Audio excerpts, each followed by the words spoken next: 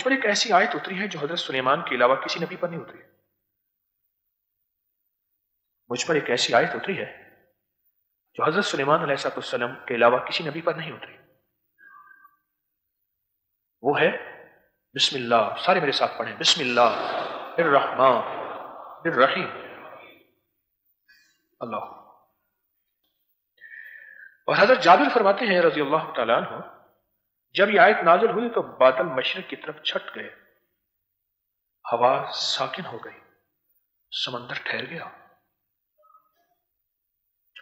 जब बिस्मिल्लाहिर्रहमानिर्रहीम नाजिल हुई, बादल मशरिक की तरफ छट गए। एक ताकतवर इनकलाब, गौर से सुनिए, दूसरा ताकतवर इनकलाब क्या हुआ? समंदर ठहर गया। तीसरा ताकतवर इनकलाब, जानवरों ने कान लगा लिए,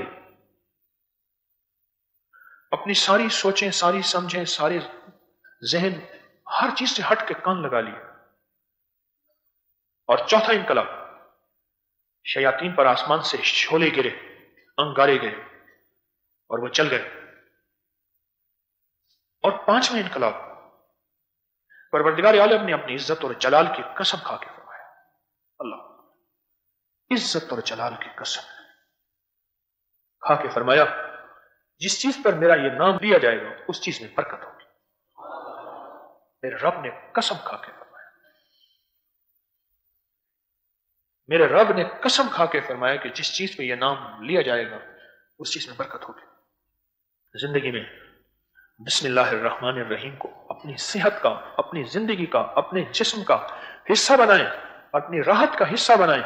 और सच पूछें, जैसे उस वक्त जब यह नाजिल हुई बिस्मिल्लाहिर्रहमानिर्रहीम, और मेरे आका सरवर कौनैन सल्लल्लाहु तआला अलैहि वसल्लम ने फरमाया कि आग पर से शोले गिरे, आज भी इसके पढ़ने से आग पे शोले गिरते हैं, जिन्नात पे, जादू पे, शयातीन पे, नजरे बद पे और हासदों के हसद पे आज भी शोले गिरते हैं। हमें नजर नहीं आते, जिस तरह शोले नजर नहीं आते इस तरह इसकी ताकत और तासीर नजर नहीं आती, लेकिन शोले भी हक हैं, जरूर गिरते हैं, इसकी तासीर भी हक है, जरूर मिलती है, जरूर मिलती है।